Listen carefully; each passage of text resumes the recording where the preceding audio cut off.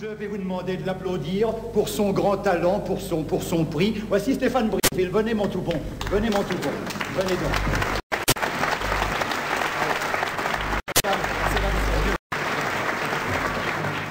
Cher monsieur, très heureux de participer à cette grande soirée. Merci, messieurs, pour ce plaisir. Alors, je voudrais, cher ami, que nous lisions extrait de votre recueil de nouvelles, c'est-à-dire la période la plus importante de votre vie.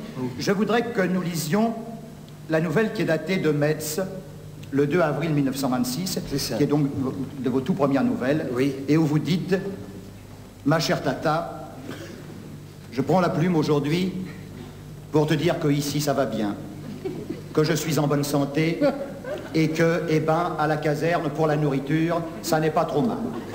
Je t'embrasse bien fort et j'envoie de grosses bises à tonton Germain et à Gnou-Gnou, et c'est signé Stéphane. Et alors, parallèlement à ce premier extrait, il y a un second extrait qui est daté de Metz le 3 avril 1946, pratiquement de la même époque, où vous dites cette fois-ci, cher cousin, chère cousine, je vous écris pour vous dire que j'ai envoyé une lettre hier à Tata Berthe et que vous la recevrez tous les deux probablement en même temps.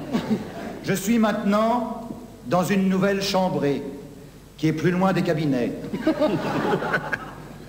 Il y a ce souci du quotidien qui transparaît déjà chez vous. Qu'on retrouvera plus tard également. On retrouvera en permanence par la suite. On dort mieux.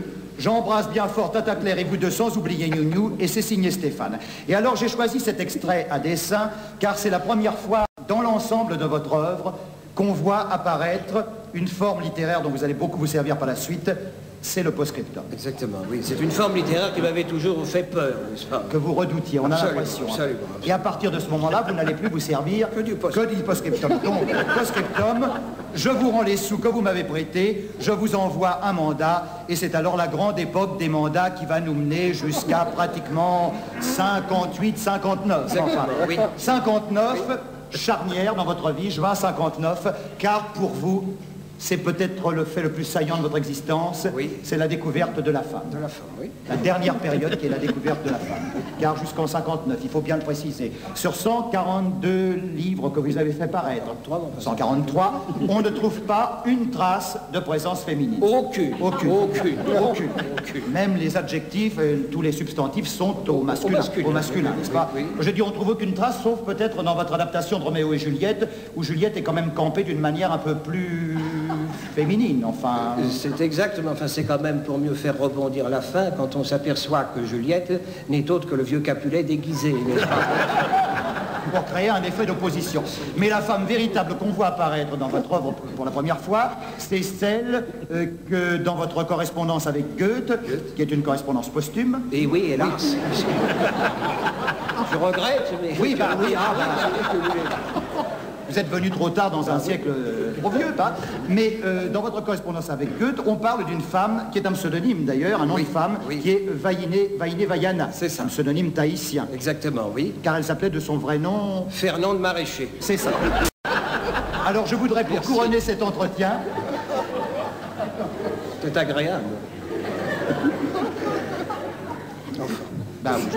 Je voudrais, pour couronner cet entretien, que vous lisiez vous-même extrait de ce recueil, le quatrain numéro 1, qui s'intitule « Ma petite fleur des Indes » et qui est dédié totalement à cette Vainé Vaiana, Fernand de Maraîcher, et qui est, je crois, une des plus belles choses, une des plus belles pièces de vers que vous ayez écrites. C'est très difficile d'en parler, mais enfin, je crois que c'est assez beau. Enfin, je vais essayer de vous dire ça le plus simplement du monde. Oui. Avec le cœur, Oui. en homme, Autant que possible. en homme et en poète. Voulez-vous un fond sonore? Non. Ou un accompagnement à bouche fermée? Non. Vainé Vaiana, tu es toute ma vie.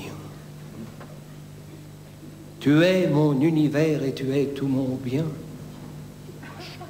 Pardon? Je dis non. Non, mais ça n'est pas péjoratif, je dis oh le cochon. Ah, le cochon. Oh le cochon. C'est admiratif. Oh, c'est le ça. cochon. Vainé Vaiana, Oh, le cochon. tu es toute ma vie. Tu es mon univers et tu es tout mon bien. Tu peux bien m'imposer les pires avanies. Qu'importe, tu travailles. Et moi, je ne fais rien.